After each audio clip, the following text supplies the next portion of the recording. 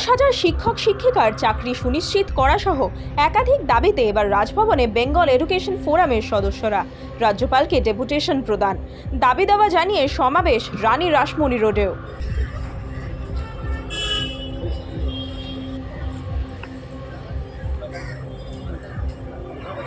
পশ্চিমবঙ্গের একমাত্র education university বাবা সাহেব আম্বেদকর এডুকেশন ইউনিভার্সিটি ওয়েবসাইট দেখে বিভিন্ন কলেজে তারা অ্যাডমিশন করেছে। অ্যাডমিশন হওয়ার পরে তারা এই রেজিস্ট্রেশনের লিঙ্ক পাচ্ছে না। এটা একটা অনৈতিক। কোনোভাবে তাদের রেজিস্ট্রেশনের লিঙ্কটাকে আটকে রাখা যায়।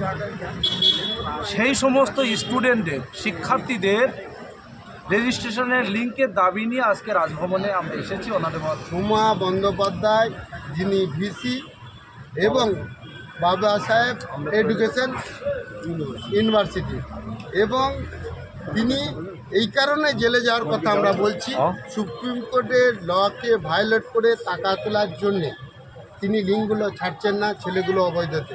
এটা বেআইনি, এটা দেশদ্রোহী কাজ। সুপ্রিম কোর্টের জাজমেন্ট যদি কেউ ভায়োলেট করে, সেই জন্যে ওনার জেলের কথা বলছি।